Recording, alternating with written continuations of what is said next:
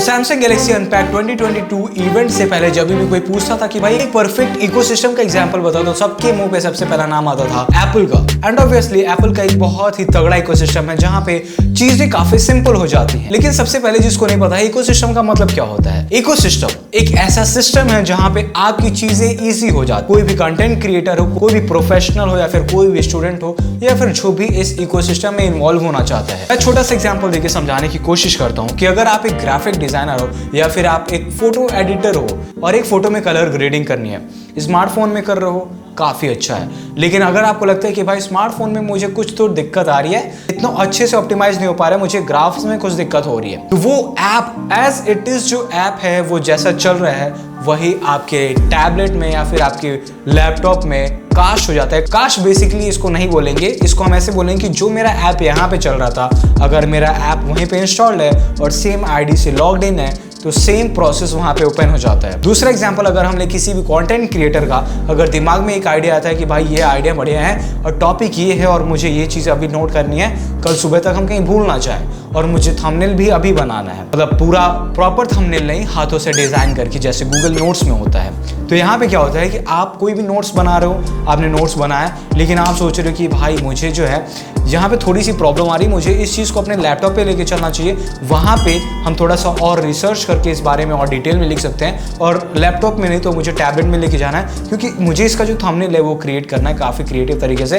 हाथ से ऐसे मुझे आइडियाज़ लेने के लिए बनाने हैं। यहाँ पे क्या हो रहा है कि आपकी जो स्मार्टफोन का जो स्क्रीन छोटा है, आपको थोड़ा सा एक्सपोजर कम मिल रहा है, मतलब आपके हाथों के लिए आपकी चीज़ें वहाँ पे ट्रांसफ़र हो जा रही हैं as it is without any changes. कोई भी चेंज नहीं हो रहा। अगर आपने लिखा है कि भाई my name is Shubham, my name is Shubham वहाँ पे लिखिएगा, अगर आपने डॉट लगा दिया है तो डॉट भी वहाँ पे लग जाएगा। अब इकोसिस्टम का मतलब यही है कि भाई यहाँ पे डिवाइसेस जो है वो एक से ज़्यादा ही रहेंगी।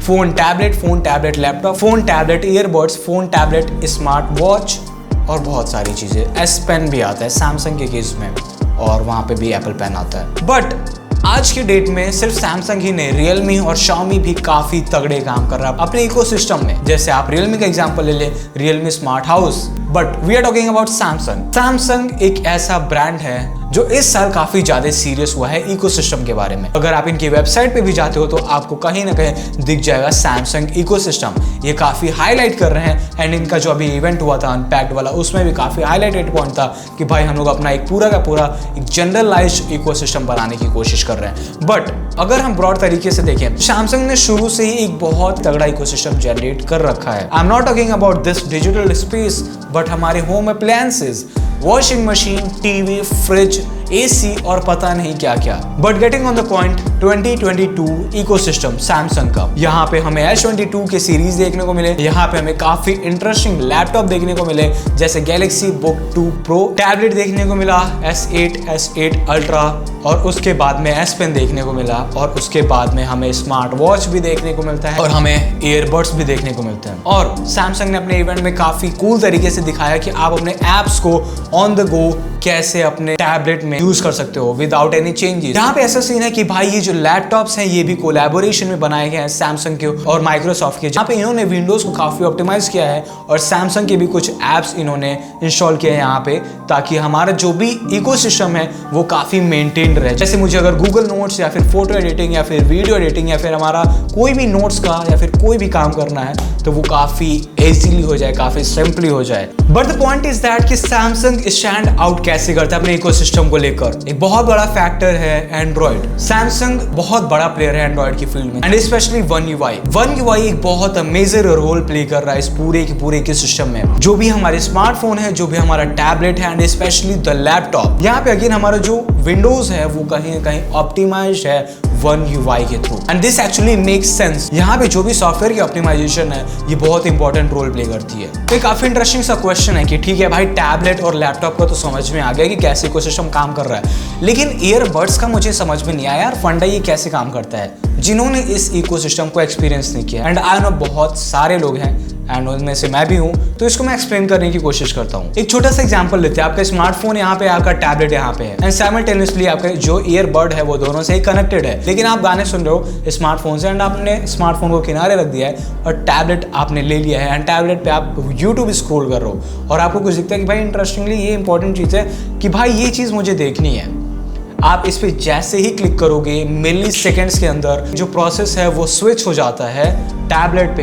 एंड इस पूरे के पूरे कनेक्टिविटी फ्रेमवर्क को ब्लूटूथ लो एनर्जी नाम दिया गया है सैमसंग की तरफ से। तो अब पता चला कि भाई ईयरबड्स कैसे काम कर रहे हैं। एक और एग्जांपल अगर हम देखें कि आप टैबलेट में यूट्यूब वीडियोस देख रहे हैं, साइमल्टेनियसली आपका जो ईयरबड्स है वो स्मार्टफोन से भी कनेक्टेड है, स्मार्टफोन पे कॉल आ गया, मिली सेकेंड्स के अंदर स्विच हो जाएगा, फोन आया यहाँ पे, समझिए।